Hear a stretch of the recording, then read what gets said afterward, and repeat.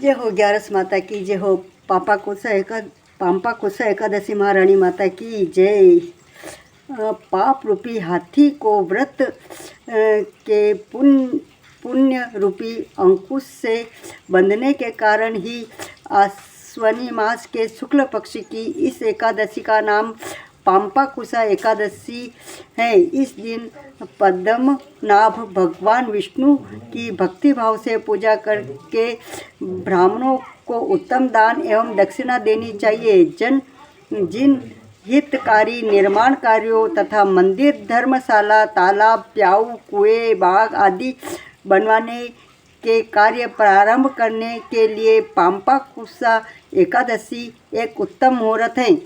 युधिष्ठिर ने आदरपूर्वक श्री कृष्ण भगवान को नमन करके कहा, हे जनार्दन, अश्विनी मास के शुक्ला पक्ष की एकादशी का क्या नाम है? अब आप कृपा करके इस व्रत की विधि का और उसका फल कहिए। भगवान श्री कृष्ण ने कहा, हे युधिष्ठिर, समस्त पापों को नाश करने वाली इस एकादशी का नाम पांपा कुसा एकादशी है। इस दिन मनुष्य को विधिपूर्वक भगवान पद्मनाभ की पूजा करनी चाहिए। यह एकादशी मनुष्य को मनोवांछित फल देकर स्वर्ग प्राप्ति कराने वाली है। मनुष्य को बहुत दिनों तक कठोर तपस्या करने से जो फल मिलता है वह फल भगवान गरुड़ ध्वज को नमस्कार करने से प्राप्त होता है।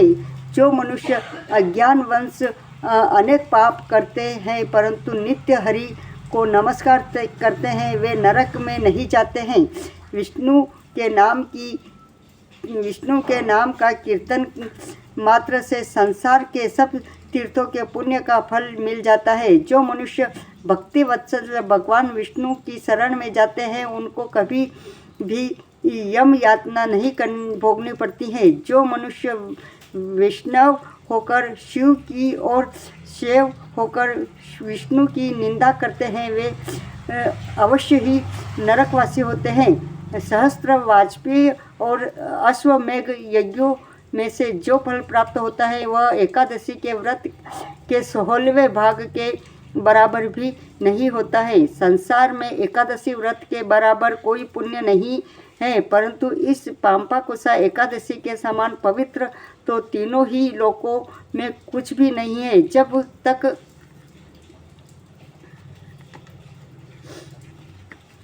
मनुष्य पद्मनाभ की एकादशी का व्रत नहीं करते हैं तब तक उनकी देह में पाप वास कर सकते हैं। यह एकादशी स्वर्ग, मोक्ष, आरोग्यता, सुंदर स्त्री तथा अन्य और धन्य देने वाली है।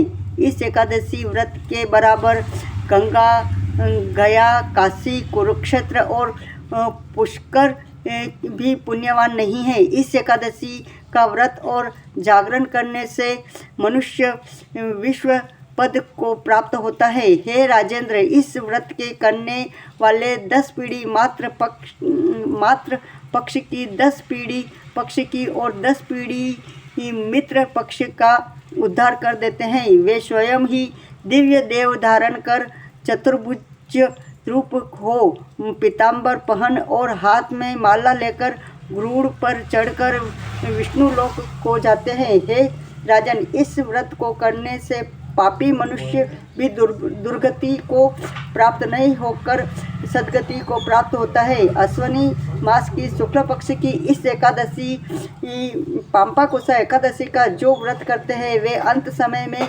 हरिलोक को प्राप्त होते हैं तथा समस्त पापों से मुक्त हो जाते हैं।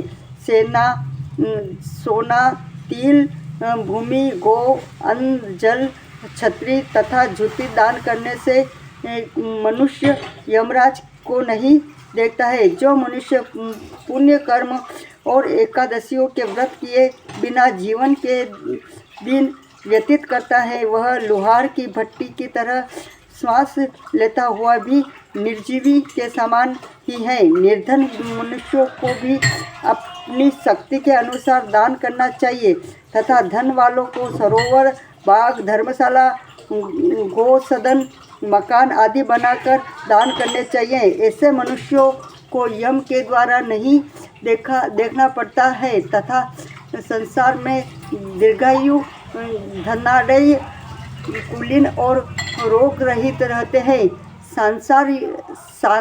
सारांश यह है कि धर्म से सद्गति तथा अधर्म से दुर्गति प्राप्त होती है, इसमें कोई संदेह नहीं है। हे राजन, जो आपने मुझसे पूछा वह सब मैंने आपको सुनाया। अब और क्या सुनाना चाहते हो, इच्छा से कहो। श्री पांपा कोसा एकादशी महारानी माता की जय।